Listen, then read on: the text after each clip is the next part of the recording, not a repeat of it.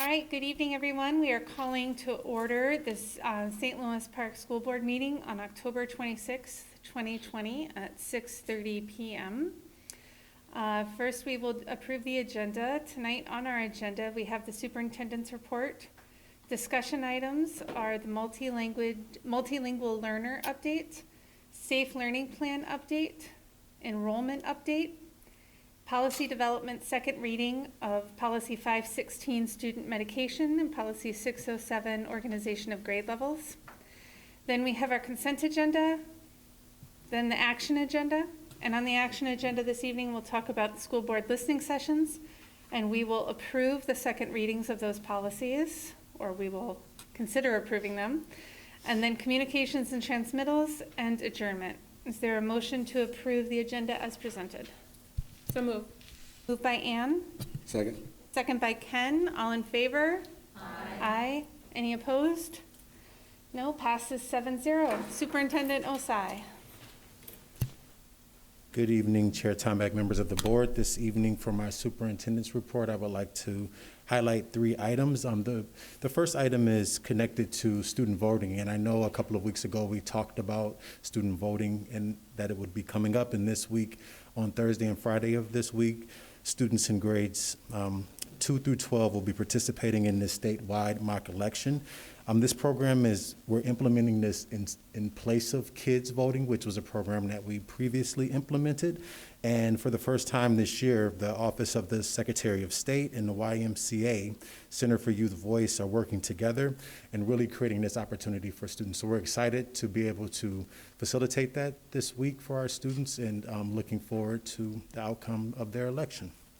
The other piece that I just wanted to take a moment to mention is that we have several opportunities right now in St. Louis Park Public Schools, open positions that are connected to the implementation of our safe learning plan. And we have information on our website, through social media, that are just really highlighting the positions that are available. Currently, we have positions connected to lunch supervision, recess supervision. We're continually looking for childcare staff, special education paraprofessionals, substitute teachers. So if you are interested in helping us successfully and safely implement our 4-day hybrid and distance learning academy, I would strongly encourage you to take a look at our website and potentially apply for one of our open positions. Lastly, I would just like to acknowledge that last week was National Bus Safety Week, which was October 19th through the 23rd, and we didn't get a chance to meet during that time or acknowledge the hard work of all of our transportation providers. Here in St. Louis Park, we have, I think, at least 3 transportation providers, and even with that, we recognize the complexity with everything that we're dealing with right now in the middle of this pandemic and trying to get students to and from school safely. So I want to thank all of our transportation providers for continually keeping our students safe to and from school, and appreciate them for all of their hard work. And that concludes my report for this evening. Thank you, Superintendent Osai. First on the discussion item is the multilingual learner update, and I believe Dr. Patrick Duffy is going to be kicking that off for us. All right, good evening, Chair Tombeck, members of the board, Superintendent Osai. I'm here tonight to introduce our multilingual learner design team, who will be sharing a bit about our program review for the 2020 school year and beyond. As you know, we have been engaged in multiple departments and in multiple programs in a review process that asks our teachers to lead and then engage multiple stakeholders in a 3-phase review of our curricular and instructional programs. The first phase of that program review is to ask teachers to look inward and to really try to know who they are as a department and as a program, to reflect upon their practices, to examine disaggregated data, and to really hear and reflect upon student voice and what's happening within the district and our current reality, and to develop racial equity purpose statements that will then drive their future practice as district leaders who are driving this work. The second phase is to really look around to find what sort of practices we're going to replicate, as well as what sort of practices we are going to leave behind. In this phase, we really try to distinguish knowledge from foolishness.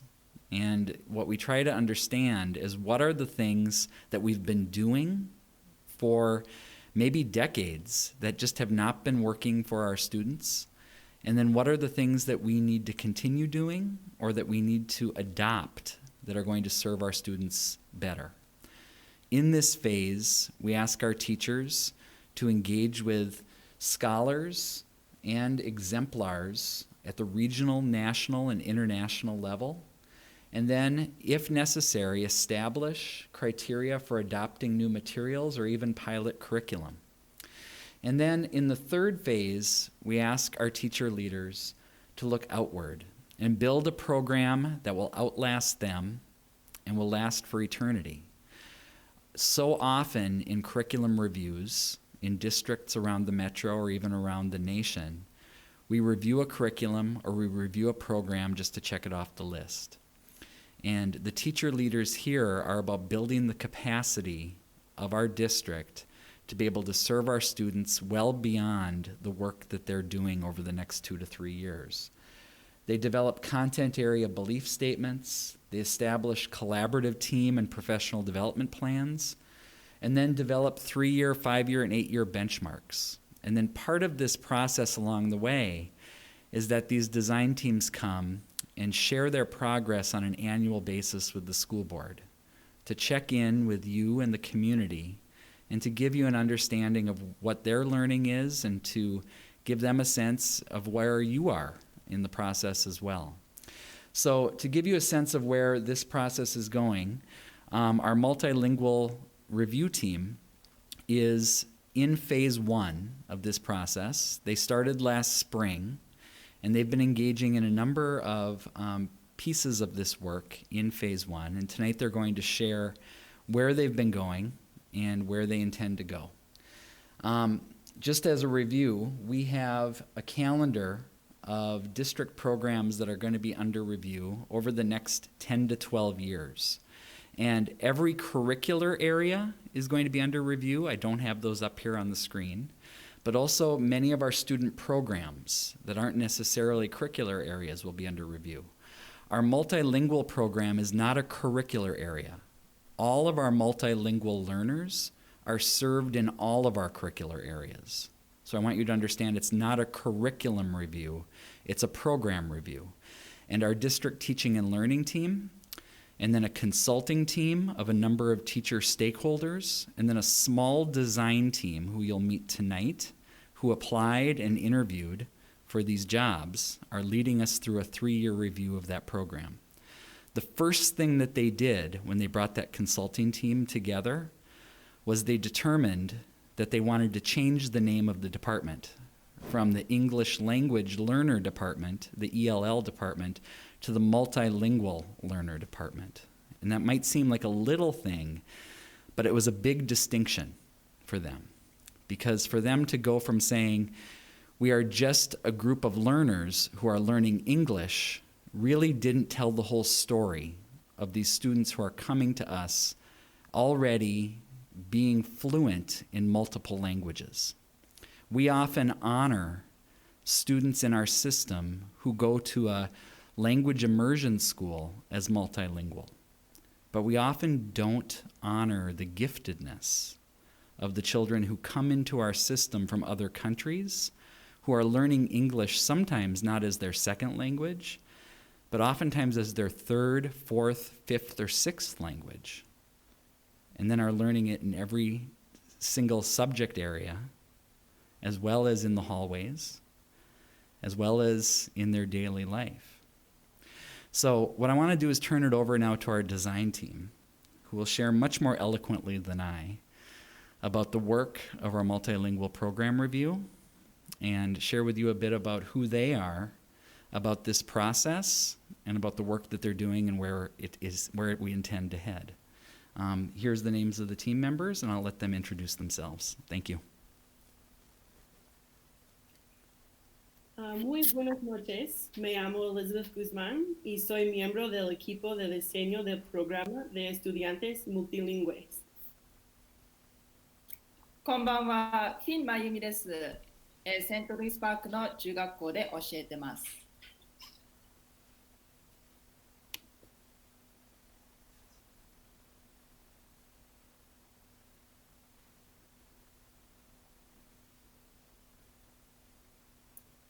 Bonsoir, je m'appelle Cory Letzo-Lorenz et je suis membre de l'équipe de conception ML.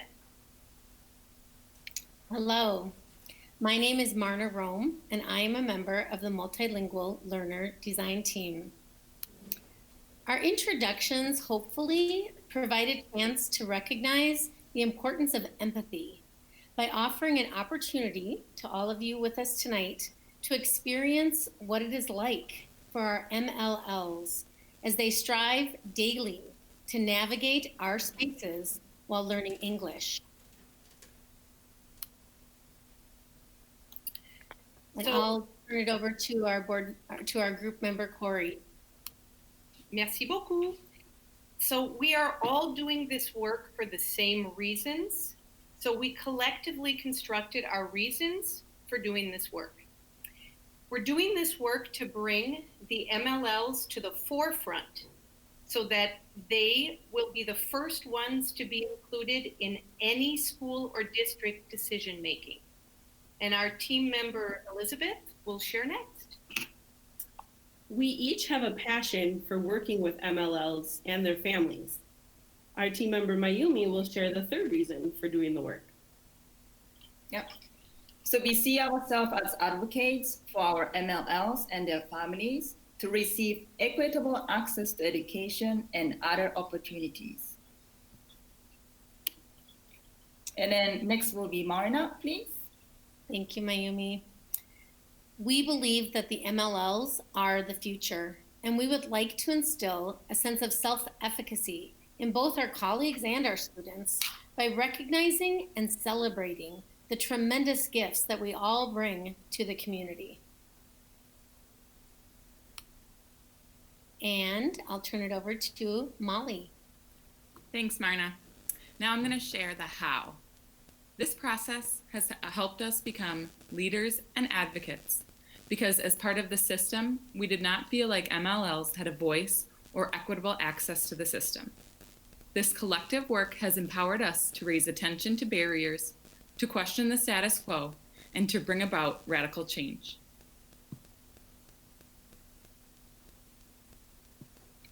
So on the next slide, we would like to share our rep statement for the Multilingual Learners program.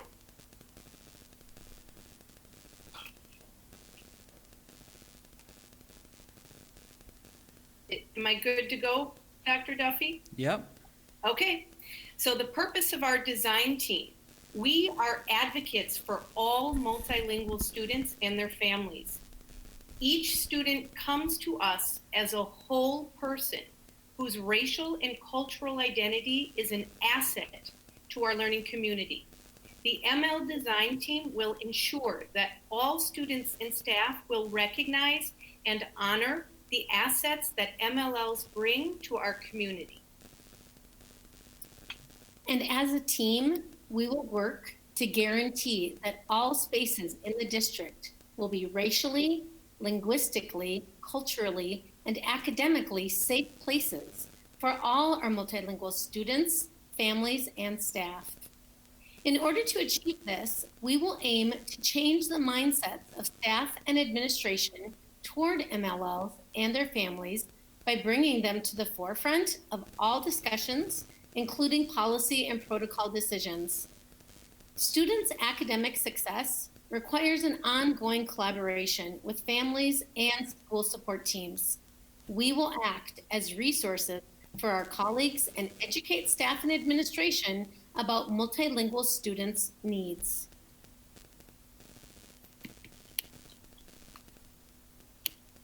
Yep.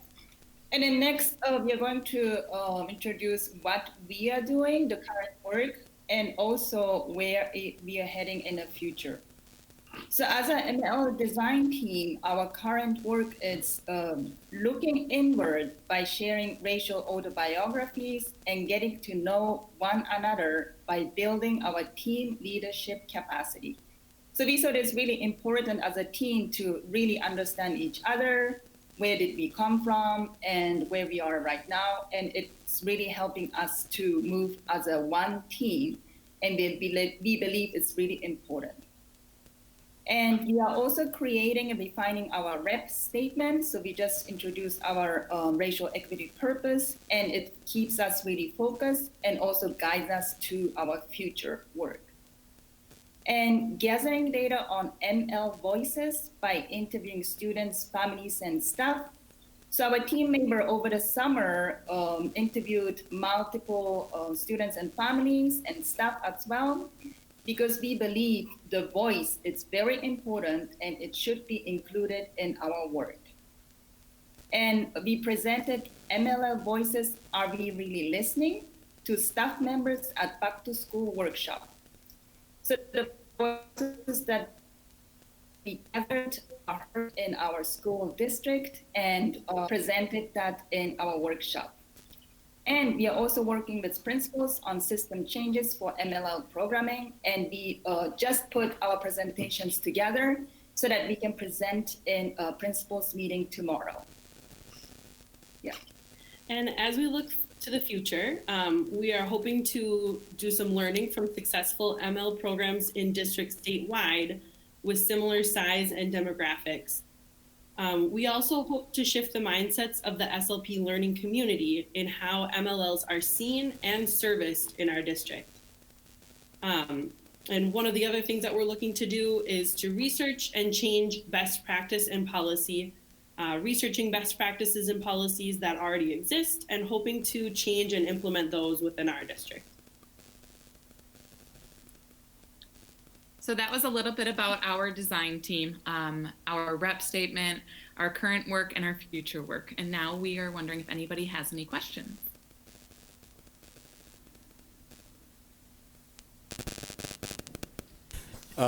This is Ken, and I'm going to see if I can form a question out of this, but I think that the work that you're doing is huge, first and foremost, in that it's changing this perspective of our new students to America and to this environment. We're changing the perspective of how it usually is seen and changing it and making it and giving them really the value that they're bringing to this organization and this environment. And that's huge. And I think that's, hats off to you guys. This is fantastic work that you're doing, and it's needed. And this is stuff that other districts, as far as I know, have no idea of how to do this work. And you guys are learning it and are going to implement something that's fantastic. I love the introduction that you guys did. So I think the question that I do have is in one of the, Mayumi, I think you've said it, it was putting the voice to the policies of this work that you're doing. And we typically do those policies, right? So I was thinking, how can we do that? How can we get those voices into these policies? And then I thought, well, have a member sit on the board, or have the community run for board positions, and we help them to get elected, so that each community member can have somebody, a voice on this board for helping curve out these policies. Or we work out to figure out how we can get that voice onto the policies. But those are my thoughts. It really wasn't a question, it's just what I had notes for. Well, I'll just expand on that quickly to say that, as the seven of us, no one really knows what they don't know until they learn it, right? And so I can say that none of us are multi-language learning teachers. So you all are the people with the expertise and the experience in this. And so as you are considering policy changes that need to be made, I would ask that you definitely please work with Dr. Duffy and Superintendent Osai to bring to us your recommendations, things that you all we don't know. We would be really counting on you and leaning on you and your expertise to tell us what we should be fixing, so I think we're all ears on that. And then to back up what Ken is saying, as you're working, I'm not sure where that buzzing is coming from. I apologize if it's irritating everybody else. But as you all are working with your families, to kind of focus on what Ken is saying, please invite them to consider running for school board. To be sure, that is a voice that is just missing, and it has been historically missing from leadership roles in this community. And so I know that there are a lot of things that people can do in between being interviewed by a teacher and being an elected official, but by all means, send them our way. We're happy to talk to anybody who might be interested in leading that policy work firsthand.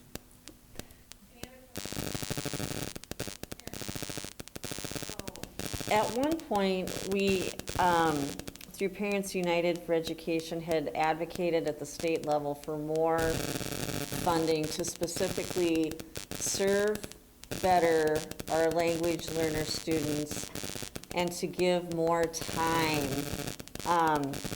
And what I'm hoping that your work will do is point out there is a difference between cultural fluency and academic fluency. And I think our community has done a really great job of prizing academic fluency in Spanish immersion, as an example.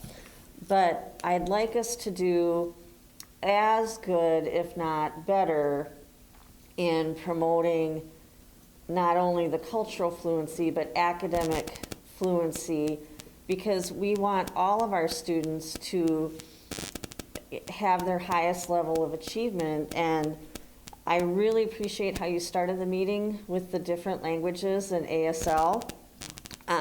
That reminded me a little bit of how we handled graduation as a board this past spring by recognizing all of the voices that we need to hear and celebrate. So I think funding is a part of it. What we pay attention to with our budget is what we prize and value. And so we are going to need to hear from you.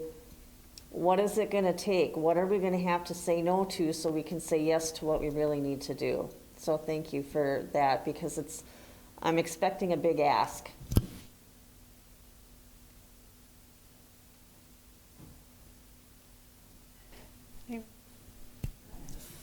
I did have one question. There's another statement that was made on during the presentation, and it was, let's see if I can articulate it.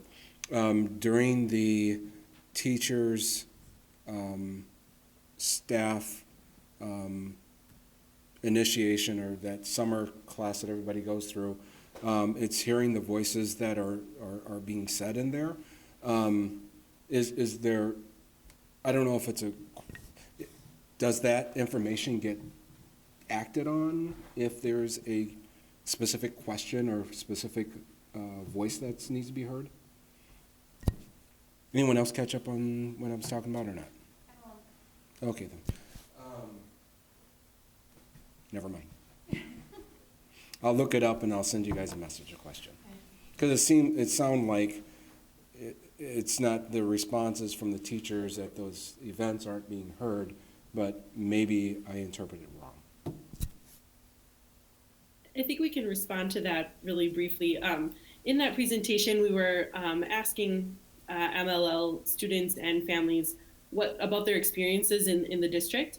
And so we presented that to staff at the back to school session. And I think now we are presenting that to the principals tomorrow in the principals meeting. So I think that will elicit some conversation. And then hopefully we will begin to act on some of the things that the families and students said in that presentation. So I hope that kind of addresses your question. That does. And then I promise this is the last one. Okay. So as you're going through Dr. Duffy, as you're going through it, I had my process improvement hat on. So it looked like you went through your define measure stage, which is that first column. And then your next column would be identifying a tool or practices of which you're going to put into place to help you get to your analyzing your control phase, right? So I was wondering, what does that phase 2 look like because you already did a really good job at that first stage, right? Understanding where you're at, defining yourself, defining what you want to do, and understanding what you want to do. And now, have you started that phase 2 piece yet? For this team? Yes, or just on thoughts or something. Yeah, well. Because it'd be interesting to hear. Yeah, well, this team will be leading that as they'll be taking the next step, and as they go into phase 2, I will be working with them to engage scholars and other districts and universities that might be able to give us some tools or some ideas about how we can improve our service of multilingual learners. But then I think we also need to look inward to say, what are some of the things that we're already doing really well, and how can we replicate them throughout the district? Because just like in any one of our programs, we have pockets of excellence that sometimes are just not being replicated and that we just don't know of, that are happening right next door. And we need to be able to open our doors and share those things with people in other school buildings and even just down the hallway. So we'll start there, and then we'll go out and we'll see what else is going on around the region and around the country. Cool. And Patrick, if I could just add, I think maybe we are a little bit of a group of overachievers, because while we were looking inward, we actually were also looking around. Yeah. This summer, there were some opportunities through the Minnesota Department of Education, and we were able to participate in several different webinars and Zoom meetings, some online professional development that actually did bring us together with other practitioners, ML teachers and program coordinators around the state. And for me, as the only member of the group who's a classroom teacher, not actually an ML teacher, it has been just an eye-opening opportunity. And so we are always sharing opportunities, as being that we are in the learning environment that we're in right now, and having more opportunities come our way through webinars and free PD through Zoom meetings. We continually have been looking out for those, so we're excited to embark on the continuing the journey in phase 2. And I have to say, this group has been one of the most amazing groups to work with, because I am kind of the one always asking the questions, and they are so patient with me, and just I'm just so grateful that our district is, has these passionate teachers on board advocating for kids every step of the way. And I just feel like we have really learned, we're really coming together as just harnessing all of our passion and energy and desire. So I just want to thank the group. And thank you, Patrick, too. Just one quick comment too, that I had the opportunity last year to go to Peter Hobart and experience the support that was for multilingual learner families too, and just how valuable that was too, cluing the families in about what's going on in the classroom, helping them understand. They introduced me as a school board member, and to the point of what we were saying before, explained how did I even get into this role of being a school board member? And I started making that appeal right then and there to you can do this too. But I just really appreciate that family support, and it was a great program to see. And I don't know how far that spreads across the district, but it was really awesome to participate in that.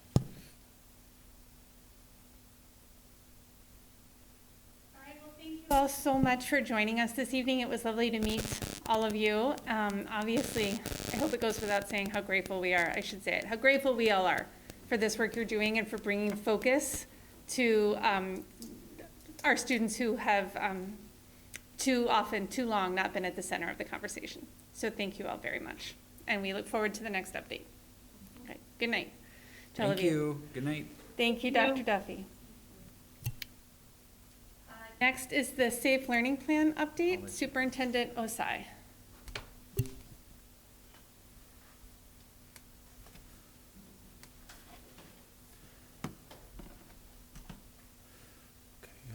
Good evening, Chair Tomback, members of the board. This evening, for the Safe Learning Plan update, I would like to share the most up-to-date information that we have regarding the implementation and potential action connected to the shift in our educational delivery model. And I apologize about the feedback. I don't know if it's just coming from the speaker or if that's broadcasting through homes as well. So we're working on trying to get that corrected at this point. But a couple of things that I would like to acknowledge before I provide the update is that we have been and continue to get an overwhelming amount of feedback from stakeholders, and we appreciate that feedback because we believe that will help us as we continue to move forward in trying to design a learning model that meets the needs of all of our students and staff. I also want to acknowledge that as a part of these presentations, it is my goal to be as transparent as possible, providing as much up-to-date information not only to the school board, but to the public as well regarding where we are in the process of implementing our Safe Learning Plan and the thinking that is going into the development of those plans.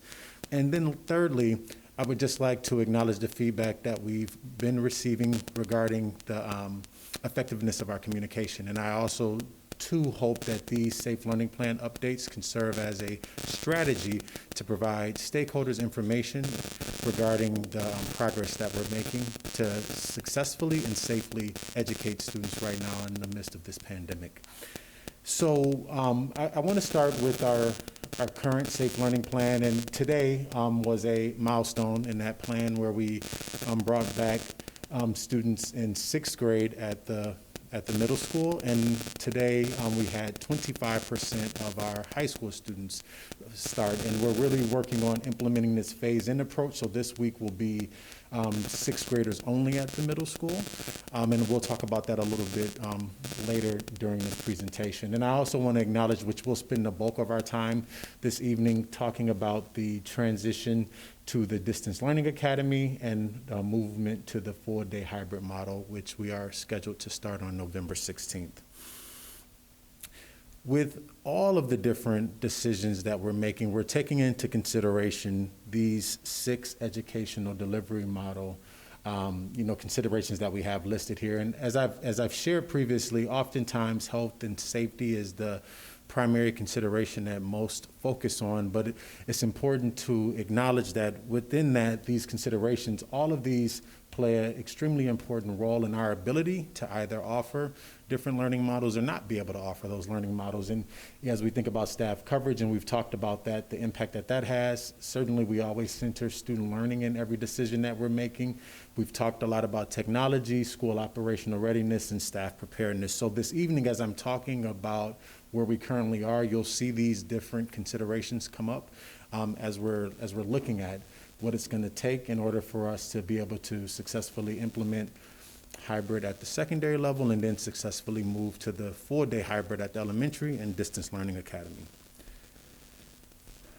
So I mentioned about 45 seconds ago that today was the first day for 6th graders at the middle school, and 25% of our high school students started. And by all accounts, I have not had a chance to talk to any directly to 6th through 12th grade students, but the staff and parents and guardians that I've connected with have expressed appreciation for the start.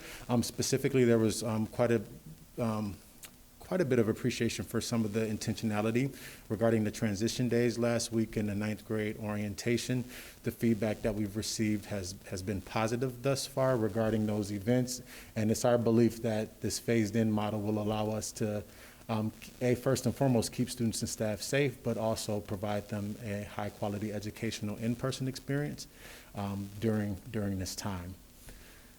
I also want to just take a moment to acknowledge the schedules that we've outlined, and I'll shortly talk a little bit about the health and safety consideration and what's happening right now here in Hennepin County and in the state with our cases per county data. But what you have in front of you is our current plan and our schedule to move forward through the remainder of this month and into next month with the implementation phased-in approach to the hybrid model. So what you'll see there is that we are this week transitioning 6th graders. And I want to pause and just acknowledge that that's that was based off of feedback that we received from staff and parents and guardians, really highlighting during the times in which we were doing those listening sessions, the importance of really creating dedicated time, particularly for sixth grade students, as they, their experience had, previously had been in the elementary model. So we really wanted to take the time up front, which is why you saw the transition days last week, and then you see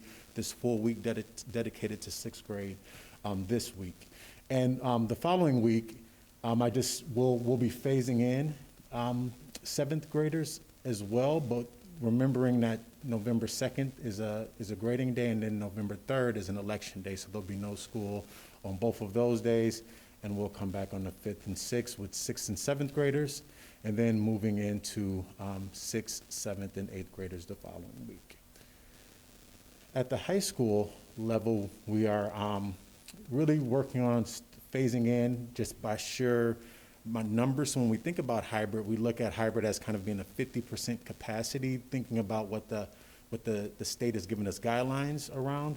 What we wanted to do was start off with smaller cohorts of students, so 25% capacity. So what you'll see this week is that each day there'll be another group of students coming in just to get acclimated and to reestablish the routines that were set previously when we were in person, to make sure that when we are able to ramp up to 50% capacity, that students and staff will be able to be safe in this building as they're moving through and engaging in the learning experience. So just to note that, similar to the middle school schedule, that there will be no school next Monday or Tuesday due to a grading and election day, and that we're going to do distance learning at the high school on Thursday and Friday of that week, Wednesday, Thursday, and Friday, instead of phasing students back in. And then that following week, we're going to come back and continue to move forward with the 25% capacity ramp up to the following week, where we will go 50% capacity. So just to acknowledge that next week is different than the middle school. At the high school, instead of bringing students in, we will be facilitating learning in a distance manner that Wednesday, Thursday, and Friday, November 4th through the 6th.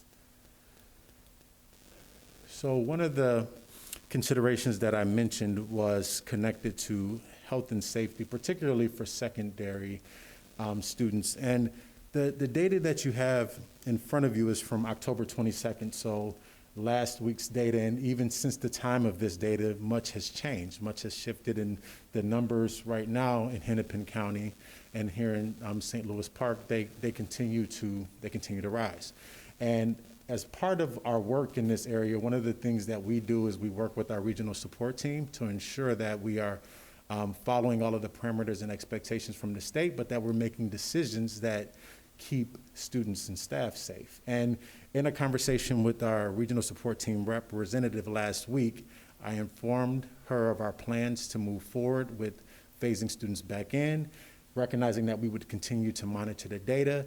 And at this point, based on the data that we have, she informed me that we would be okay to move forward, but that if numbers continue to rise, that would push us over the 30%, 30 cases per 10,000 number here in St. Louis Park and in our county, then we would need to reconsider. So I guess this evening, what I would like to express to the board is that there's a strong possibility that in the next week or so that I can be reaching out and informing the board that we have our numbers, cases per county here in Hennepin County and in the city, are at a point in which our regional support team is telling us that we're outside of the parameters and that we need to go to a more restrictive model. So it could look like, if the numbers continue to go in the direction that they're going, that we may have to revert back to distance learning for a period of time until the numbers stabilize, and then we can get back into this hybrid phased-in approach that we're working on. So I just want to share that and be very transparent about that, because while this is one of the considerations, this is certainly a consideration that has significant impact around student and staff safety. And I want to be very clear about the fact that we will continue to work with our regional support team and follow the guidance in the direction that they give us. And I can pause there for questions, or I can just keep moving, whatever. I have a question just on that point. Have they given any guidance about if they say we have to move to more restrictive, like how much more restrictive? Does that mean nobody? Does that mean we can bring in some groups of students? Does that mean, is there a range where we could continue with this 25%? Yeah, thank you for the question. And so it's my understanding based on our conversations that once we get to that 30 cases per 10,000 threshold, that we would have to be thinking restrictive, meaning distance learning, right? So I think at that level, elementary students would be able to remain in hybrid, secondary students would have to be in distance. Now within that, this 25% hybrid model that we're running, we would no longer be able to facilitate that in the same manner. Now we could continue to do things like bringing in specific cohorts of students. So we currently are bringing in setting 3 special education students. You heard earlier from our MLL design team. We're looking at strategies to support MLL learners in person during this time, but the current strategy that we're using around the 25% hybrid model, that would not be something that we would be able to do at that time. And have they given any guidance onto like what the upper limit is for bringing kids in at all? Yeah, so on Friday, I participated in a conversation with probably about 35 superintendents across the metro area, because right now, as most counties in the metro area, Ramsey, Hennepin, I'm trying to think about some of the other slightly further outer counties are experiencing higher numbers. Everybody's in the same position right now, and what's happening is that as a group of superintendents, we're asking for more consistency in the messaging that we're getting, because if you just take Anoka County, for example, who they've seen significant increases within that county, you have some schools that are still bringing kids in, you have some schools that aren't, and what's being requested right now is greater specificity in the application of these guidelines. Because depending on, for example, I'll just give you an example here locally, St. Louis Park. In our conversations with our regional support team, we were told one thing about being able to proceed. Just to the west of us, I know that the leadership team there was told something different, right? So what we're asking for is greater consistency in the messaging that we're getting, so that we can be in better alignment regionally and then across the metro area as well. So I don't think I specifically answered your question, but my answer is that at this point, we're looking for greater consistency so that we're able to apply and have more similarity from school district to school district, which when we don't have that similarity, it creates all sorts of confusion amongst parents and community members, because similar to me, I'm sure many of you have gotten emails and calls like, well, why can they do this, but we can't do this, vice versa.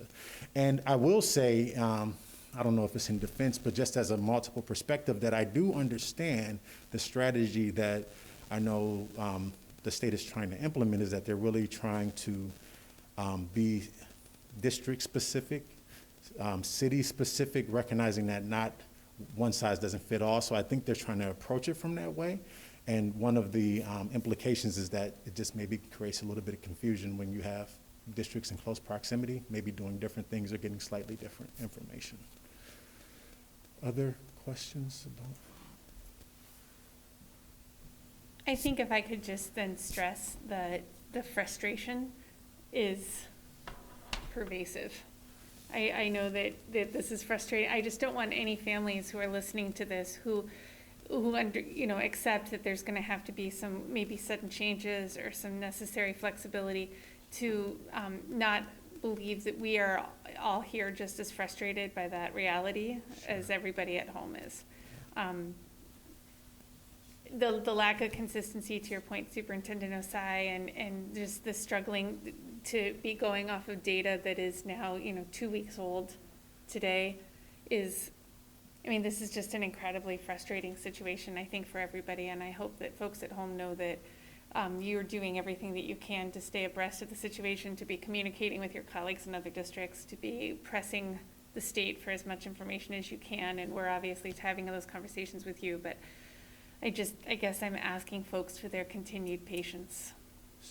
Certainly, and to that point, as you referenced, like week old or multiple week old data, we receive once a week on Thursdays updated information from the Minnesota Department of Health and Minnesota Department of Education, and it's really in this set called Data for K-2 Schools, 14-day COVID-19 case rate per county data.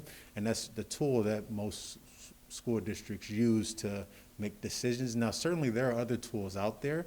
There are tools that can give you data to the minute, you know, and at this point, though, right, the state has not said that that's the tool we should be using to make these decisions. And maybe that will evolve, but at this point, you know, we're utilizing this tool as our primary function for making that based off of that 2-week case rate data. One question, I don't even know if I need to ask this question, but my daughter asked me, so I'm gonna have to ask it. Sure. So this week identified a shift in how we were doing the high school as far as distance learning to moving into a hybrid and what's required of the students to check in. So I believe this week they have to check on every class at the hour that they're supposed to be attending that class. Is that a correct statement?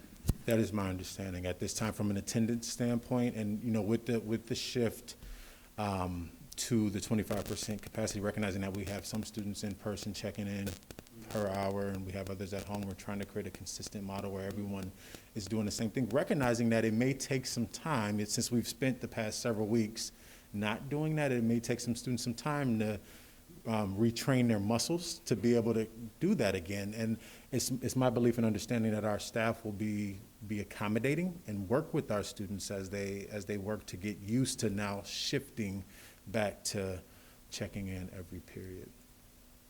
Thank I'll have you. to extend that graciousness to parents too, because I didn't even know that. And I've got 2 high school kids, so we're all playing catch up in some respects, I guess. Thanks, Ken. Thanks, Simone. One of the pieces that, and we shared this last week in the SLP communicator and in the internal staff communication at this COVID-19 dashboard, and this is just another way that we're working to try to be transparent and communicate with stakeholders about what's happening and what the impact of COVID-19 is currently on our district and on our students and staff.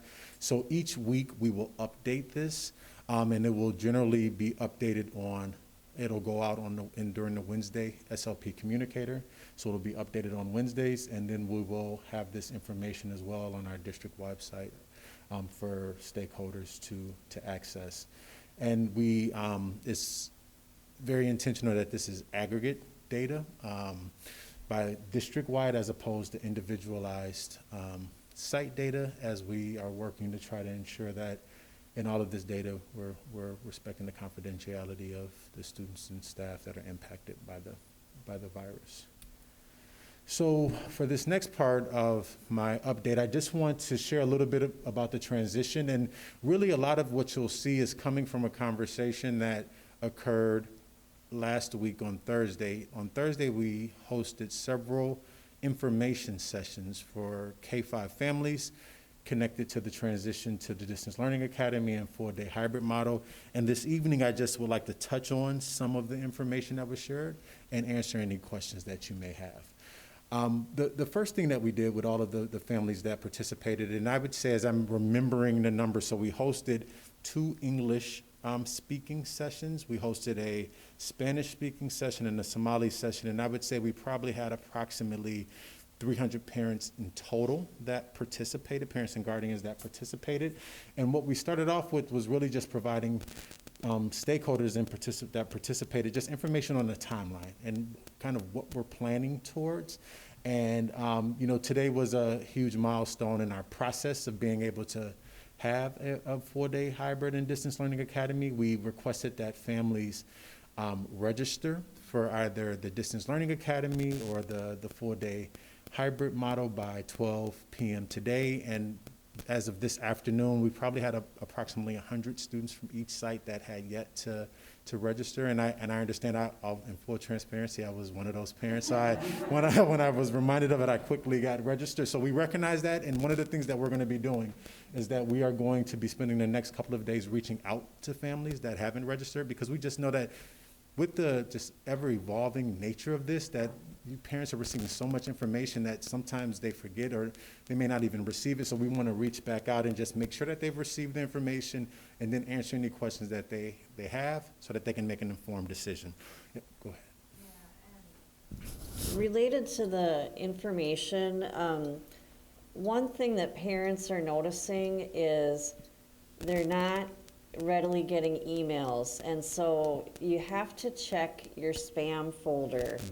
And Sarah Thompson has done this with a number of families, walked them through the steps to get their email recognizing to receive. I was one of those families too. I wasn't getting the middle school emails. They were going straight to my spam folder. So you can have multiple parents receive these emails to multiple email accounts, but there is some mechanism, especially it seems to be with Gmail, that it's going straight to spam, and if you don't think to look there, that's the first place to go. That, no, I wasn't informed. Yeah, I was informed, I just can't access it because I'm not thinking it's in the spam folder. Just something we as a community need to keep working through. Yeah, thank you for that. That's a good reminder for all of us.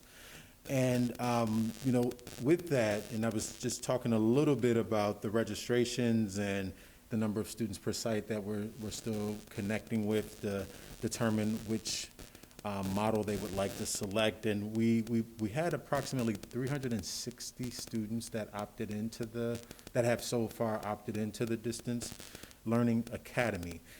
So how does that compare to how we started the year? And the challenge with comparing it to how we started the year is that, remember, we started with this classroom teacher model, which was the intentionality behind that was to create flexibility. So with students kind of moving in and out since the beginning of the school year, we were generally around 400 students total with our current cohort C. And right now, as of this afternoon, which the numbers could have changed since the last time I looked, we were at 360. So we anticipate that as we, move forward over the next couple of days, that we'll probably be close to where we started. After we reach out to the, approximately 100 parents at each site, we believe we may be close to 400 again. And from there, we'll start to determine the site level Distance Learning Academy configuration. Recognizing that we're going to want to really have this be site level based. So depending on number of students at grade levels, will they be single grade level sections? Will they be banded grade level sections? How will we facilitate learning for students in the DLA? And then also continue to work towards the selection of teachers for that. So one of the big milestones was being able to get the numbers, and now that those numbers are coming in, we'll be able to more readily finalize the configuration and select staff to help students learn in that model.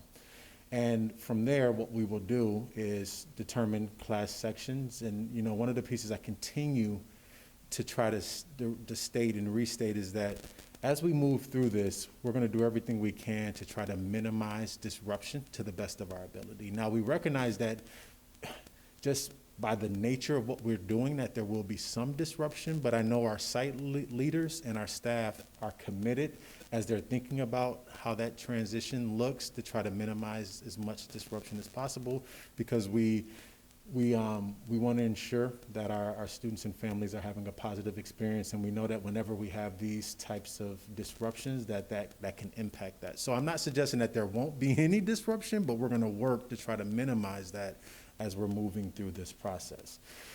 And by November 11th, we will communicate, any changes to class list to stakeholders, and then be prepared by November 16th to start. So again, that's taken into account that we've filled these vacant positions. If you go back to my superintendent's report earlier, and I was, just acknowledging the vacancies that we have or opportunities that we have for lunch and recess staff and other paraprofessional positions, all of those things are critical in us being able to successfully implement this on November 16th.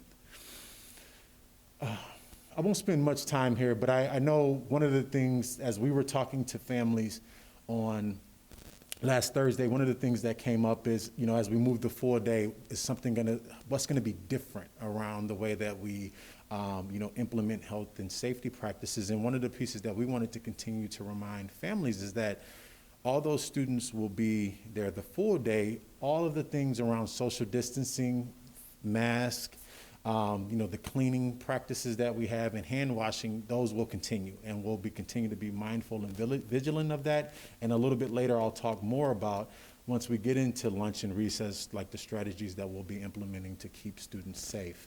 From a staff coverage standpoint, this came up in conversation, really thinking about how will we make this work, and I think a lot of this was connected to thinking about how teachers may move around during this process. And one of the pieces that we wanted to reiterate to stakeholders, particularly our teaching stakeholders, is that any distance learning academy position that is created will be made available to all staff at that site. And if there are multiple staff members that are interested, then there will most likely need to be an interview process for that. If there's a grade level position and there's one staff member interested and the leadership team there at that site believes that that's the best staff member for the position, then they'll work to support that transition. But the point that I want to just make here is that as we're moving through this process, that if staff members are interested in these positions, that they will need to notify their supervisor and then work through whatever process is determined to be selected for that position. But the positions will be made available to everyone. And then if there are multiple people interested, there will need to be a selection process that occurs there. And I've talked a little bit about the need to hire for lunch and recess, and then potentially needing to hire additional support for depending registrations. And we're still working through that over the next couple of days. I won't spend a lot of time here. These next two slides were shared in the transition to full-day hybrid and distance learning academy document that was sent out last week. And this just in many respects highlights the kind of the overall general schedule and what people can expect from a schedule, either if they're in person on the day of the hybrid or at home, just to kind of get a better sense of what that will look like and feel like for their students. And one of the pieces of feedback that we heard is, a consistent schedule, and not, even as we make this shift, not wanting to upset the apple cart by changing the cohort schedule, like moving from like a Monday, Tuesday to a Monday, Thursday, or a Tuesday, Friday. So we were listening to that feedback and kept that schedule consistent. And then there are other pieces in here that, we are still working to flesh out. During the information session, there was quite a bit of conversation and interest around what will happen with specialists and how will we implement that. And we've been working with our specialists to figure out how we can create a specialist schedule that is supportive of student learning and experience, but also that is respectful of them and the work that they do on a daily basis. This is a similar type of document, and it just provides a high-level overview of the schedule, some general information, and what families can expect if they were to select into the Distance Learning Academy. We also tried to just highlight some of the frequently asked questions that had been coming up. And one of those was around, if you opt into distance learning, can you switch back to hybrid? Or if you opt into hybrid, can you switch into distance learning at any time? And the answer to that is certainly, if you start off in hybrid, you can always go to Distance Learning Academy, as that's an expectation from the governor and the guidance that's provided, that we have to provide a distance learning academy, or a distance learning option for students.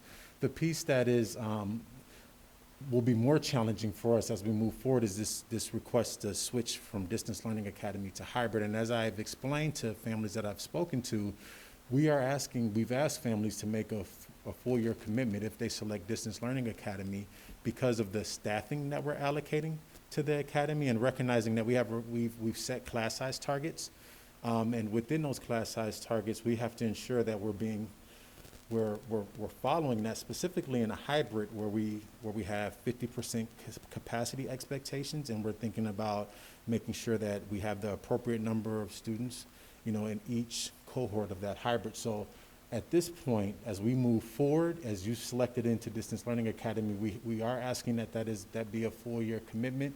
And as I've also shared, that if there are extenuating circumstances or something happens that, certainly we're going to always do our best to try to help and support families, but there are no guarantees that, you would be able to switch back to hybrid if you've selected Distance Learning Academy. So that was something that came up that we just spent some time talking about further. And I would say, if I had to put a percentage on it, probably about 60% of the emails that I've been getting have been frustrations about that. So that's something that I'm mindful of, and I'm thinking about as we move forward, where are there opportunities to be more flexible in that, if at all possible. Just trying to think if there's anything else that I wanted to just call out from this piece here, what happens with students. So one of the other questions that we've gotten several times is what happens with students if they're home quarantined. And one of the pieces that we wanted to be really clear about is that we've had this currently happen where we've had cohorts of students have to be quarantined. And what happens is that instead of that student then, or those students jumping into the Distance Learning Academy, right, which then changes the class size, right, we're suggesting that those students will continue to work within their hybrid cohort, but really just receive learning through the at-home portion of that for that period of time in which they need to be quarantined. So that was another question that has come up quite often over the past couple of weeks. From a student learning standpoint, I'm just going to see if there's anything else. And if there are questions that you all have, certainly feel free to ask them. But one of the pieces that I know has come up often is around Wednesdays and what those Wednesdays will look like. And one of the pieces that we've learned through this process is that Wednesdays are a really important day for our staff to prepare, because what we're asking them to do is to really develop two pretty aligned lessons, because they have to look a little bit different for each cohort of kids, but those in front of them, and then those that are engaging in that at-home learning piece. So Wednesdays are used as days in which our teams of teachers can really come together and make sure that those lessons are developed so that students have a more robust academic experience on their at-home days and in-person days. So what parents and guardians should expect as we move forward is that Wednesdays, while there certainly will be opportunities for a small group and some individual meetings and things, parents and guardians should expect that to continue to look and feel like a little more asynchronous in nature, as opposed to a synchronous experience on Wednesdays, as we really want to dedicate time to make sure that our staff are preparing to make sure that on those hybrid days that they're engaging students at high levels. From a staff preparedness piece, I talked a little bit about that on that previous slide, but knowing that we are, we're asking staff to participate in self-directed professional development on the use of their digital resources and tools. And, a lot of this will happen on Wednesdays, as that's the one day a week where we have dedicated time for that to occur.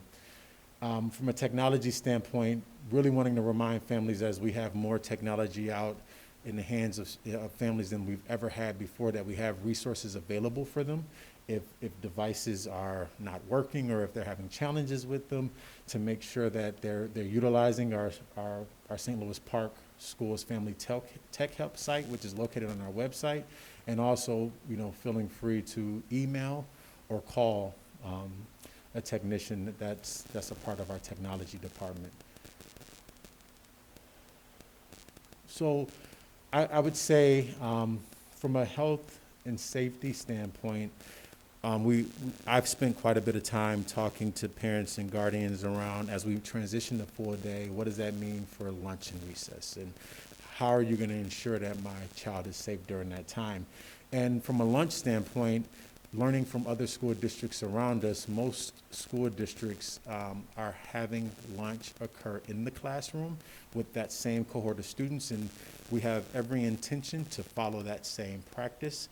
And there are a few details that we have to work out around teacher contractual minutes and other pieces, but I feel confident based on the conversations and the work that we're doing collaboratively that we'll be able to work through those conversations and discussions that need to occur. And then from a recess standpoint, what we're doing, also learning from other school districts, is we're going to create multiple zones or quadrants within, on our playgrounds, and students will remain in those zones or quadrants, for a week at a time, right, with the students in their classroom, because one of the pieces that we want to avoid is the intermixing of different classrooms or cohorts, because that just creates it creates more challenges when it comes to trying to contact trace, and then in situations where we have to quarantine students, it opens us up to having to quarantine larger numbers of students. So we're going to be working on keeping students within quadrants with their own classmates. So because of that, a big discussion that came up in one of the information sessions on Thursday was around the wearing of masks at recess. And, as we've looked at the MDH and CDC guidance, where we landed was that masks will be worn at all times in our school buildings except for breakfast and lunch, which both of those are happening in the classroom. And masks will be worn when students are participating in physical education in the gymnasium. Students will not be required to wear a mask when they're outside for recess or for physical education, as long as that's outside, right? And students participating in recess or physical education outside, and here's the piece where we feel comfortable with students, socially distanced, taking their mask off outside for recess, is that they're going to remain in that mix, that class, their cohort, so they're not going to be intermixing with other students. And as we reflected on that, learned from other districts, the piece that we're being mindful of is that we believe we have systems and parameters set up so that we can appropriately contact trace if we need to, but also we recognize that every school district that's in a full-day hybrid model has built-in mask breaks for students, and those generally occur when students are appropriately social distance, outside preferably, and we believe that recess can serve as one of those mask breaks when we're outside. So that was the rationale behind that and how we've gotten to that point, and certainly if there's different guidance that we get, a week from now or a month from now, we'll continue to revise and update our plans as necessary. The last piece that I want to just acknowledge around this preparation for this transition to Distance Learning Academy and full-day hybrid is our school operational readiness, specifically transportation. So as we've been thinking about this, recognizing that right now, the buses that we're providing to students at some sites, we have pretty good ridership. At other sites, a bus may pull up to a school with 4 kids on it. Now, and that's not by design, that's not because we've socially distanced the bus in a way that to have 4 kids.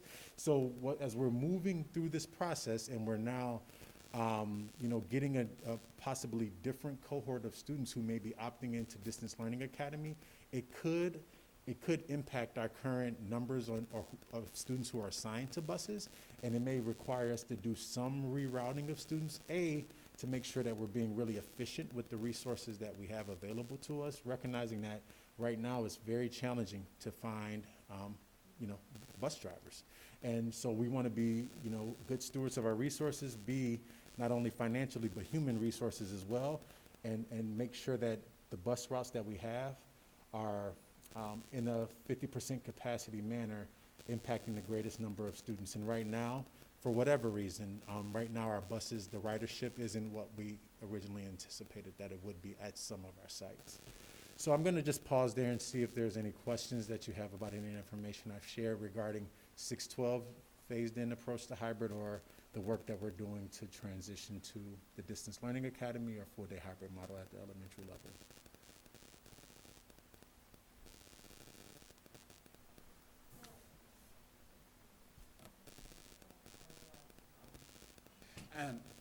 With the parents that were looking at Distance Learning Academy and wondering about going back into hybrid at some point, were they indicating why they would why they'd be interested in going back to hybrid after they opted into the Distance Learning Academy? Or is it? Great question. So in the conversations I've had, so I didn't ask the question specifically, but the conversations that I had, what it appeared to me is that our families have been used to a certain level of flexibility in going in and out. And a lot of families have been exercising and utilizing that flexibility. So now that I think when that flexibility is changing, it presents concern, because with the fluid nature of everything that we're experiencing right now, I think our stakeholders are just worried because they don't know what may be impacting their family in a week from now, or 2 weeks from now, or 3 weeks from now, and like to have the flexibility of moving in and out. So that's the sense I've gathered, but I haven't asked the question specifically.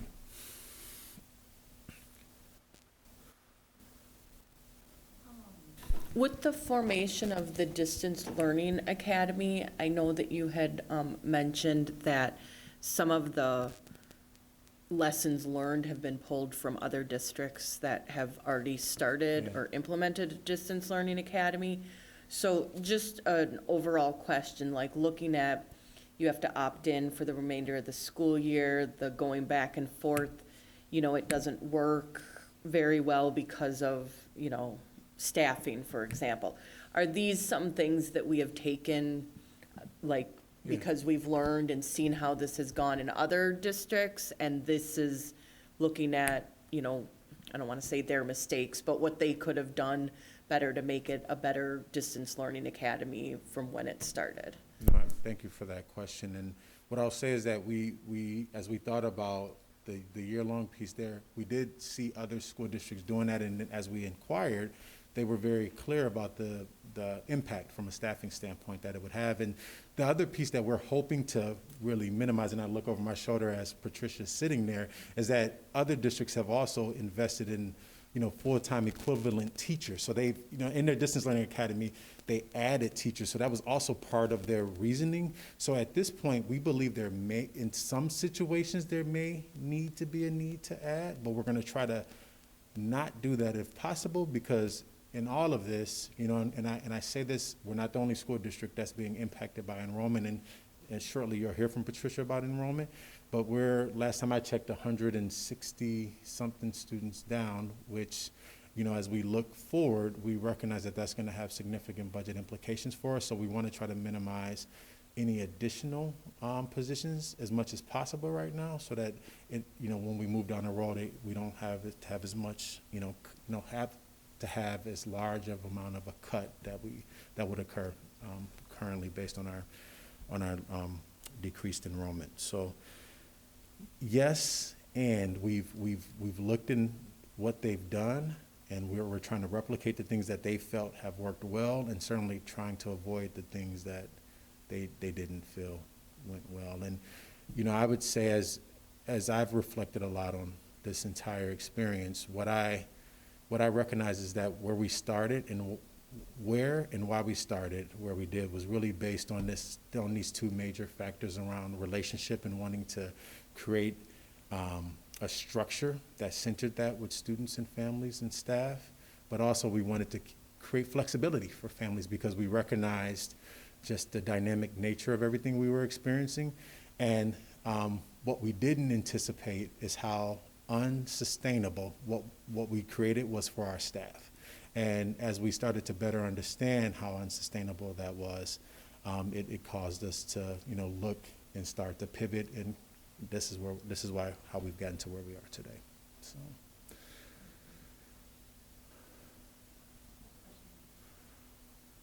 Thank you for all the work that you and your staff have done on this. It sounds like it's a good plan and a good timeline. I just want to clarify one thing. Wednesdays are for staff development and lesson planning, and I know that's invaluable time. I just want to also ask, is it still going to be a day for deep cleaning at the buildings as well? Yeah, so I'm going to, and Patricia, I don't know if you can speak to that specifically from a cleaning standpoint, but, and I don't want to miss the point that certainly there will still be opportunities for small group work and scheduled meetings with check-ins with families, and we'll be doing professional development, and cleaning will be occurring as well. But when you use the term deep cleaning, I know that might be a technical term that I don't want to overspeak, but if you would be willing to just. We are disinfecting the buildings every night. So Wednesdays might be a chance for custodians to get in and do some normal cleaning, but there's nothing different than the disinfection that is happening every night. And of course, if there's a COVID case, we come in with a whole different set of cleaning. But Wednesdays might be a time for catch-up, but there's no different deep cleaning than the disinfection of every space that's happening every single night. So nothing different is being done between the cohorts, the cohort A and the cohort We're B. doing Okay. every night a complete disinfection of Okay. every building.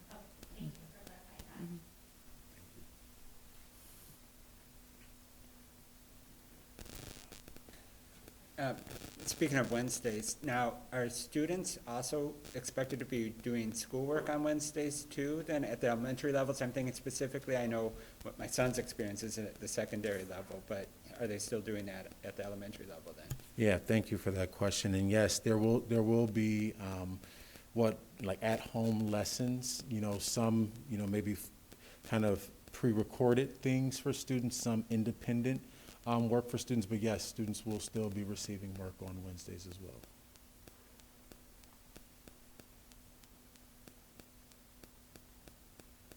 Thank you, Superintendent Osai. Thank you.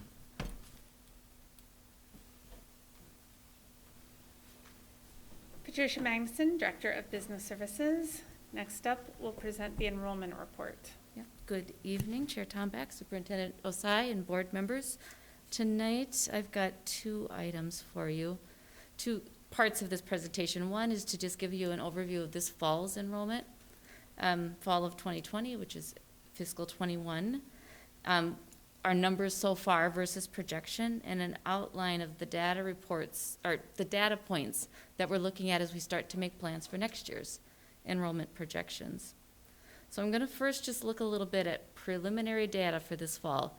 I just want to remind everyone that data is very preliminary as we continue to correct errors in our Minnesota student reporting system and get data exchange between other school districts as well. So just know that this is preliminary. Right now, this is as of last Thursday, the 22nd, what we're thinking our October 1 data, which is a significant data point in the state of Minnesota, that we're down about 2%, around 90 students, down from last year's data. And this is what our enrollment looks like as of last Thursday, by school, going down the right-hand side, and then by grade, going along the bottom. One thing I really want you to notice is this kindergarten number at 314, significantly lower than what we thought, and really down from last year's kindergarten number. And you can see at 377, this year's first grade number, that gives you a sense of how large last year's kindergarten number was. We'll talk a little bit more about that, and I also want to let you know that across the state, as I speak with my colleagues, this is not dissimilar to what other districts are seeing. So at 4,482 is our current K-12 in St. Louis Park enrollment. This chart, I just want you to look at a couple of things. The green boxes on the chart are the places where we're 3 or more students above projections. So for instance, Aquila's second grade is 5 students above projections. And the blue boxes are places where we are 3 or more students below projections. So Aquila kindergarten, 6 students below projections. So if you go all the way to the bottom right-hand corner, you can see, as Superintendent Osai said earlier, we are 161 students below where we thought we would be. Now the thing to remember is that our projections are based on historical trends. So what that tells us is something has changed. And obviously we know COVID-19 has had an impact. We are seeing a similar impact across the state and across the country when I'm reading journals from across the country. And we will look into the details of that, but I also want to regularize this work because it's a part of what we do every fall. And COVID-19 is this year's thing to deal with, and we have to figure out how to fit this into our structures so that we can make a thoughtful projection about enrollment next year. So I'll talk to you a little bit about that. But I want to just point out a couple of areas. In kindergarten, we're 56 students lower than where we thought we would be. That's significant, because if we get a child at kindergarten, they generally stay with us.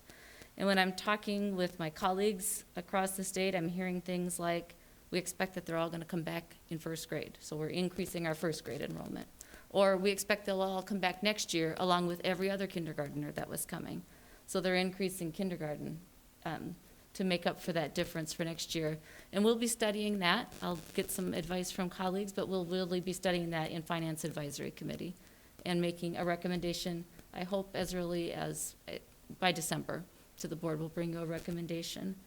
The other thing I want you to see, so kindergarten is our most significant grade level. But if you look down the right-hand side, I want you to notice a couple of interesting things.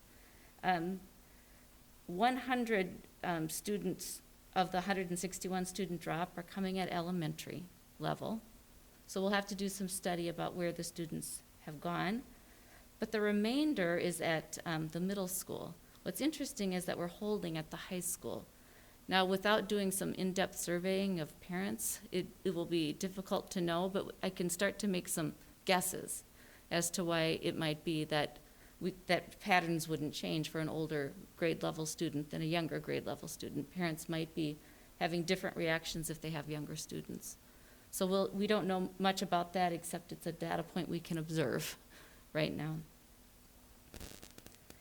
This is something we've been tracking. An important data point is the capture rate of kindergartens. It's hard to know, is that a high number or a low number? Where did it come from? So what we use in our district is Hennepin County birth rates and try to project what enrollment might be based on some pattern of the number of Hennepin County births from 5 years earlier. And this year you can see that our that number isn't showing up here, but we're down to 1.87%. So we're below a 2% capture rate, which is not common for the school district. We went way up last year, and we've hovered well above 2%. So, you know, there's something, as we know, significant this year. It probably is COVID-19 related, and we have to study what we think will happen with that cohort of students next year, and we'll be working on that. This is the trend then if you look at grade groupings. So this orange line at the top are secondary grades. Just what did the trends look like over time? And in elementary grades, in the black at the bottom, what did those trends look like over time? As usual, strangely this year, our secondary numbers have held. Now what's driving this little dip is a drop at the middle school. And that's unusual for us at the middle school. So again, we have to figure out what is happening. Is that strictly COVID related? Because what I don't want to do is miss some other trend while we're trying to blame everything on COVID. But I suspect it is COVID related, and we're holding at the high school. So that is good news. At elementary, this drop is driven by that drop at kindergarten. And I might try to make an assumption that those numbers will come back next year. But depending on the condition of this pandemic and what really is driving that, we can't really know for sure. So those are the trends that we're looking at this year so far. So what I want to do now is just look back historically at some other things we consider when we're trying to figure out what's going to happen with enrollment for next year. Obviously, we want the students that live in St. Louis Park to attend in St. Louis Park Public Schools. And that's one of the important reasons for tracking enrollment. But another important reason is because it drives our funding. And so we want to just look back and try to make our predictions not only for this year as a mid-year budget update, but for next year. So one of the significant factors for school districts in the state of Minnesota is open enrollment or enrollment options. It's a law in Minnesota that allows public school families to opt into districts outside of their home district. Transportation is generally not provided, and there's other problems and benefits with that. But St. Louis Park has traditionally been a net gainer. So just visually, this line going across the top is showing the number of students who have opted into St. Louis Park. And so if you stack it with the number of students that opt out, plus the number of students that opt out to a public charter school, that has generally been a lower number than the number of students that opt in.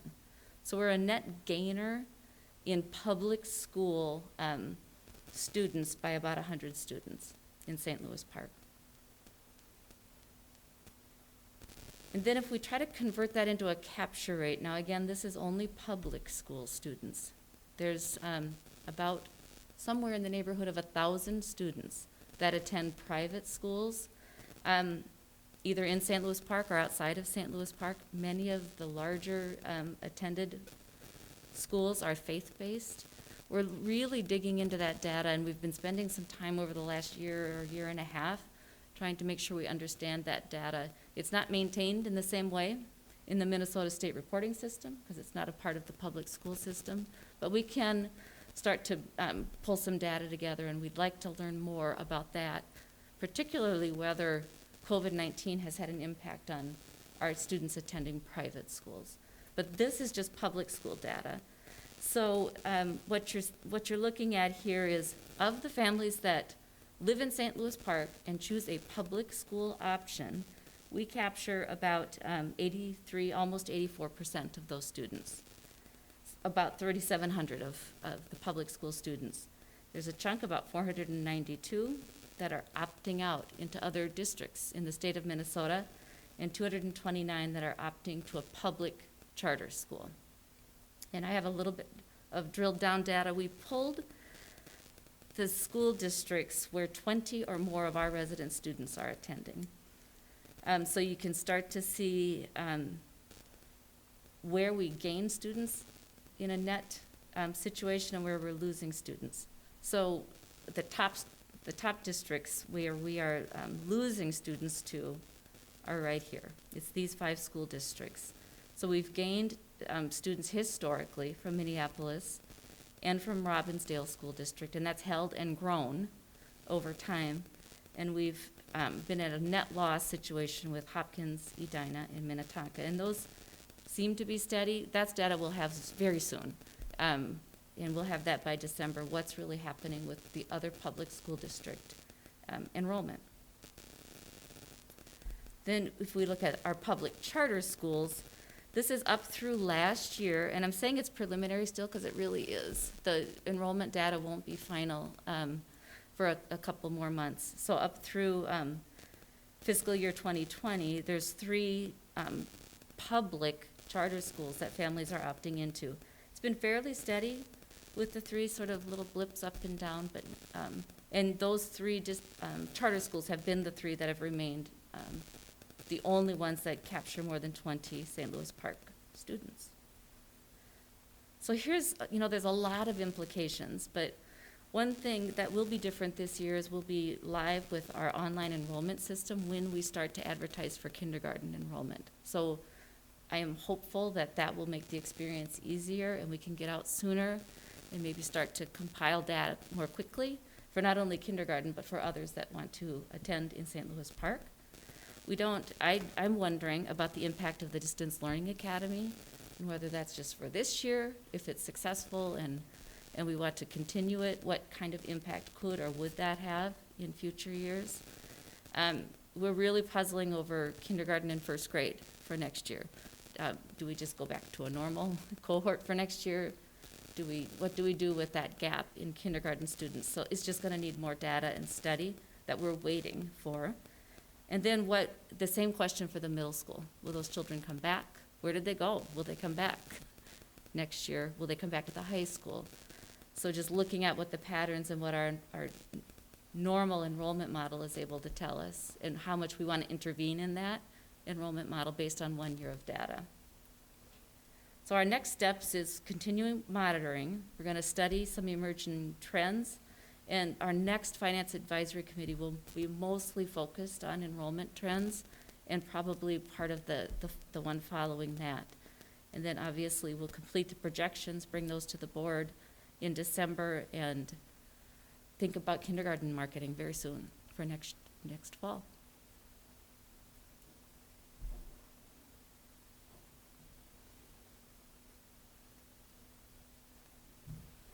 Okay, so the one big question I had was the kindergarten. So I don't know how it works, but I suspect that some parents say, you know what, we're going to opt out of sending my kids to public school, kindergarten, and we'll just go right into first grade. So is that even possible? I mean, can they test into first grade? Yeah, if it's possible, they can do it. But then you're looking at possibly another equity type of enrollment thing that's going to happen where, you know, some kids won't test into first grade and have to go into kindergarten, then you're going to have this large kindergarten again. And then we have to figure out how that is working out, being equitable. Big, like you said, the big concern is that middle school, where are those guys at? You know, because they didn't just drop off the face of earth.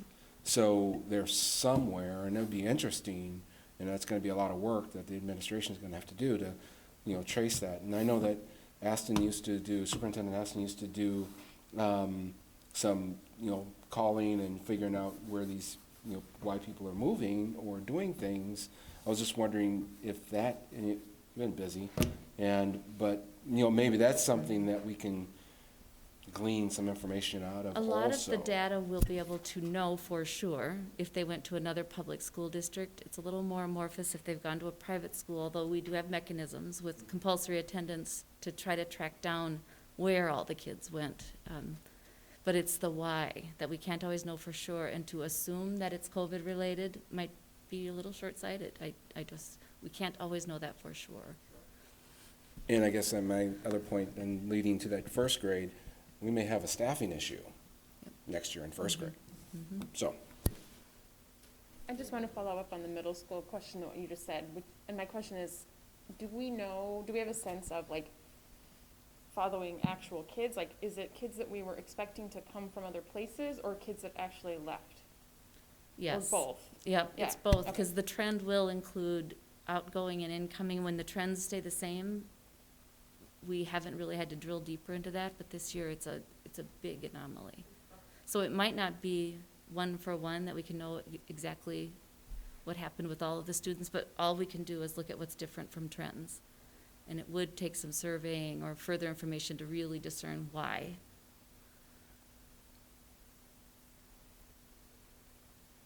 I really appreciate, Patricia, that you've got on there that you're, you mentioned on the last slide that you're continuing or will be evaluating whether or not the Distance Learning Academy is something that may be continued going forward. I think that's a really interesting idea, and I hope that we do look at that, because we have heard from families that there are kids who are thriving right now in the distance learning environment. There are families who think that their kids would be better off being homeschooled, but they don't have the ability to do that themselves. So this is kind of could potentially be a way to create an option that would be great for some St. Louis Park families, but other kids and families in neighboring districts too. But this just might be a good fit going forward when COVID doesn't even happen. Maybe St. Louis Park could become experts in this and could attract other families and meet these needs. It's an interesting idea. So I'm glad you all are 10 steps ahead in thinking about that already. Yeah. So to one of Ken's points, the state of Minnesota doesn't actually require families to send a kid to school until age 7. Right. And we don't state what grade they enter at age 7. I think that's pretty rare when it happens, and it's determined on a case-by-case basis.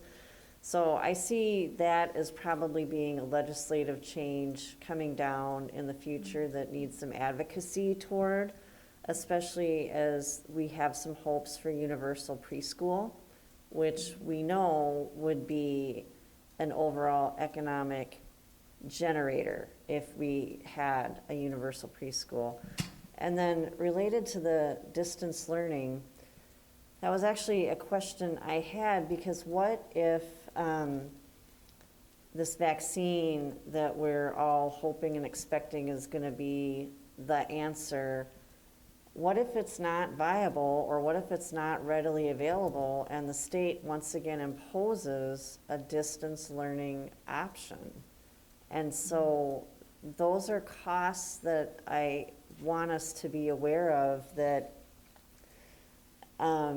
you know, it all started as an unfunded mandate last March, And I'd like us to be aware that it might be something we have to continue to budget for.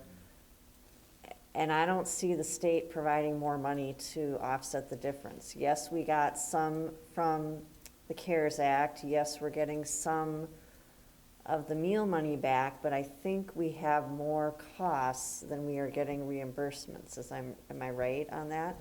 Well, so far, we have not spent all of our coronavirus relief funds, but I suspect that we will and exceed them. We'll have more information for the board on that with a budget update, probably as early as November 9th when we're here. Mhm.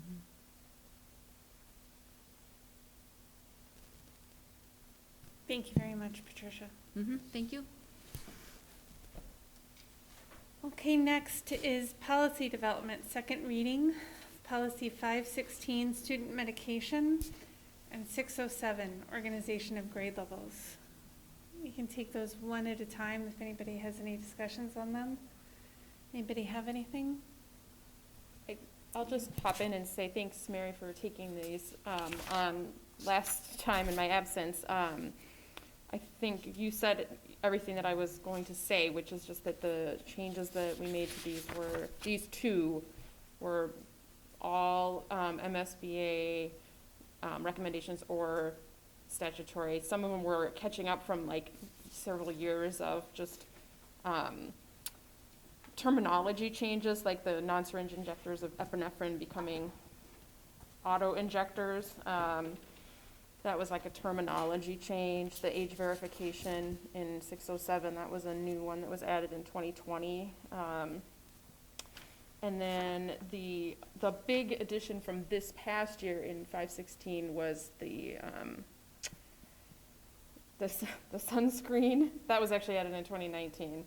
And then the procedure for unclaimed medications, that was added in 2020. So nothing that we really did here that was like qualitative on our end. It was all just statutory and terminology type stuff, except for, I guess the only thing that was ours was the organization of grade levels was incorrect in ours. It hadn't been updated since we have a middle school, which was a long time ago. So I think that's it.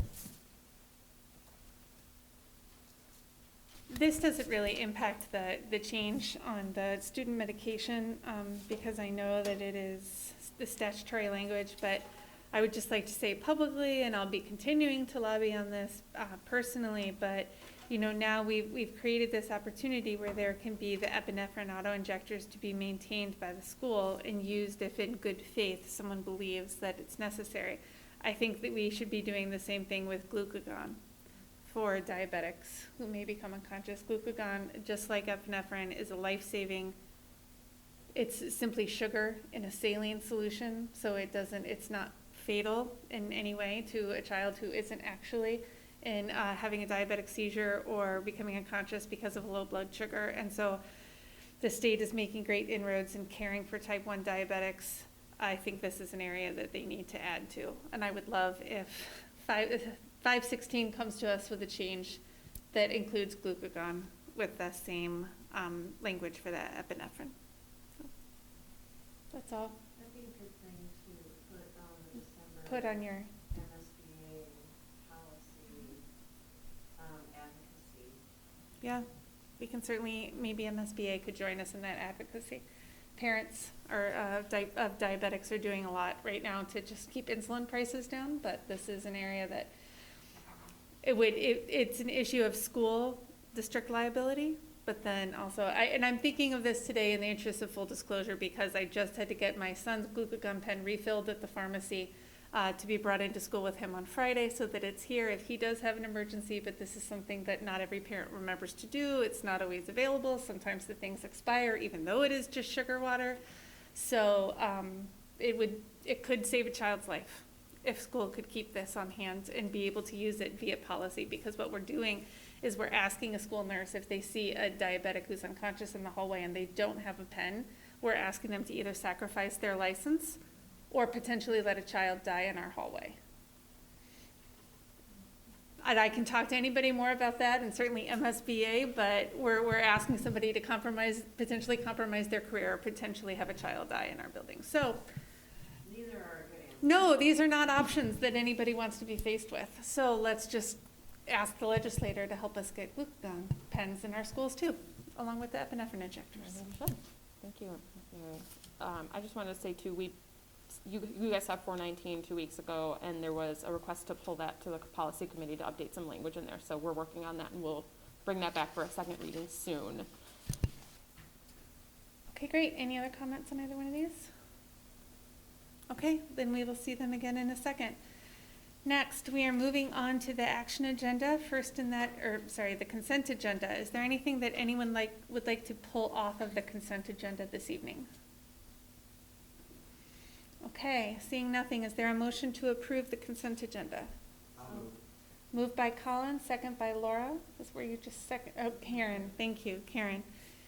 Any discussion? All right, all in favor? Aye. Aye. Any opposition? Great, passes 7-0.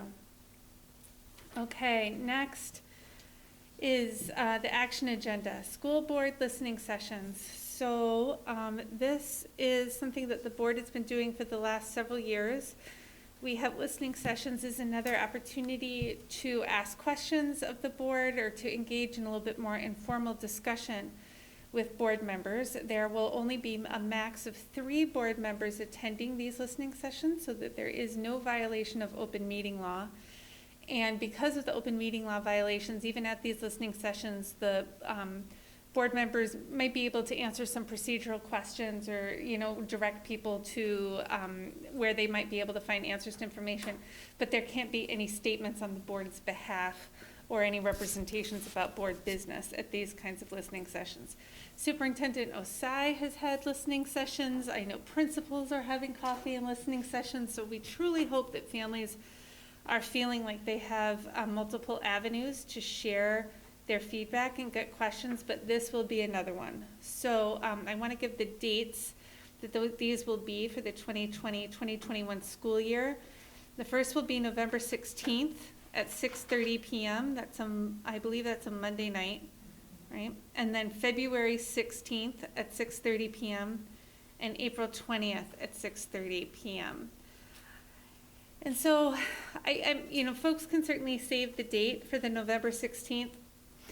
And in all honesty, I'm not yet sure how this is going to happen. If we have our students in schools, even under a hybrid model, in theory, I would want us to be able to have a listening session in person.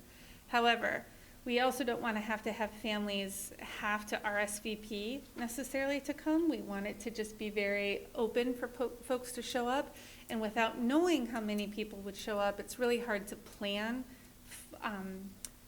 a room and make sure that we have enough space for everybody to social distance. So I suspect that at a minimum, the November 16th one is going to be via Zoom, but just please understand that it is just because of those logistical challenges and not because we're trying to create any, make any statements about what's happening at schools or the hybrid model or anything else, just because we wouldn't know how many people would be there. We need to be able to plan. I don't know which board members will be attending that, but if you all could let me know if you're able to come, just 2 of you, maybe 3 would be great. Okay, so it is recommended that the board approve those dates, the November 16th, February 16th, and April 20th. I guess I should have waited until we approved them before I gave them, but does anybody have any opposition to those dates? Is there a motion to approve them? So moved. Moved by Karen. Second by Ken. Any discussion? All in favor? Aye. Any opposed? Great. Passes 7-0. Next, approval of the second reading of policies 516 and 607. I'm going to go ahead and put those together since there wasn't a whole lot of discussion. It is recommended that the board approve the second reading of policies 516, student medication, and 607, organization of grade levels, as presented. Is there a motion? Second. Moved by Colin, second by Heather. Any discussion? Okay, all in favor? Aye. Aye. All right, passes 7-0. Communications and transmittals. Go ahead, Colin. I had the pleasure of attending the Community Ed Advisory Council meeting last week and learned a lot about what's going on in community ed. And I can't even do it justice in terms of the ways that they have flexed and figured out how to do some instruction, including some collaboration with ParkTV in doing a couple of classes that were available via ParkTV and supported by some local organizations. And so it was just really encouraging to see how flexible they have been in trying to make sure that we continue to offer community ed in this pandemic. And then secondarily, just looking at some strategic stuff about in terms of community ed overall, and that was a good initial discussion that we had about that. So that's all I'll say about that. Thank you. Heather. So the Park Public Schools and Community Foundation met last week, and the big sort of talk this time is about their granting. They're not able to give the small grants to like teacher and classrooms the way they had in the past. On the school side, and on the community side, they're not able to grant as many grants because the pull tabs aren't bringing in as much money. So there's a lot of discussion about how to go forward with the funding, being that there's less funding. The big thing that they're looking at is working with Parks and Rec and Community Ed to really put a larger sum of money toward a program that they will come together and recommend in terms of reaching out to within the community, more outside of the school than inside of the school, but yet reaching children more like after school hours or on a hybrid day or on a Wednesday. I mean, the details aren't decided, but just more looking at a bigger grant that could support families in that way instead of in school and in the classroom, because there just doesn't seem to be where the greatest need is at this point. So that's what they're looking at, and they're working really hard. They're a great group of community members who really care a lot about the schools and the community, and they're being very creative this year in sort of this weird atmosphere that we're living in. And that's all I have to report on that. Thank you, Heather. Laura. I just want to make sure that, obviously acknowledge our superintendent, our administrators, our teachers, staff, for the amazing work that they are doing. But I'd also like to acknowledge our parents and our students. I know that we've heard, or at least I've heard some not so positive things, but I think it's been a small group compared to the majority of the parents and students that we do have here in St. Louis Park.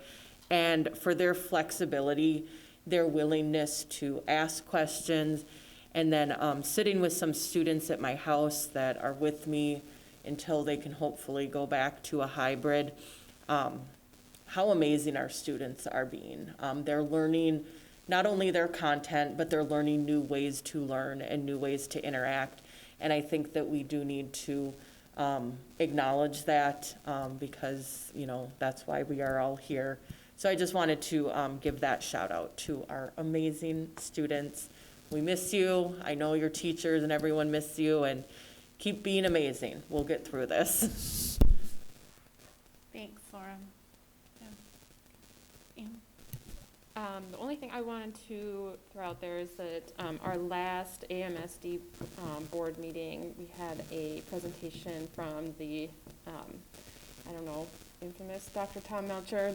I think he's the only person in the state of Minnesota who understands education funding, and I'm sure that he's the only person who understands the school funding working group presentation that he's been on a little bit of a roadshow with. So if you get a chance to, I know MSBA offered a webinar that then they sent out a video. AMSD, I think the slides are on their website. If you get a chance to look at see his presentation or just look through the slides to see what that working group is working on. It is,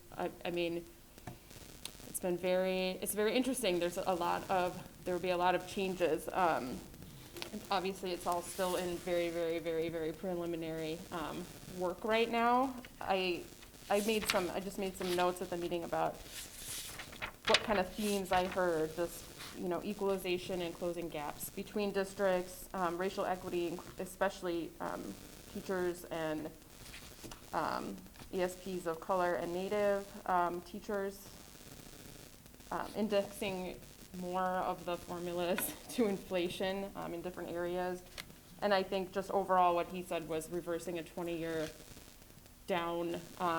drift downward in education funding in this state. So there is a proposal, it kind of gives a combination of changes, and you can there's an Excel spreadsheet where you can look at what this would do in your district. So just something to keep on your mind. If you're interested, check out one of his presentations or the slides. I think he's the best person to explain it. And just follow along. I think they met again this week, so there's probably an update. So that's it. Okay, thank you very much, Anne. Is there a motion to adjourn? Moved by Colin, second by Anne. All in favor? Aye. Aye. All right, passes 7-0. Good night, everyone.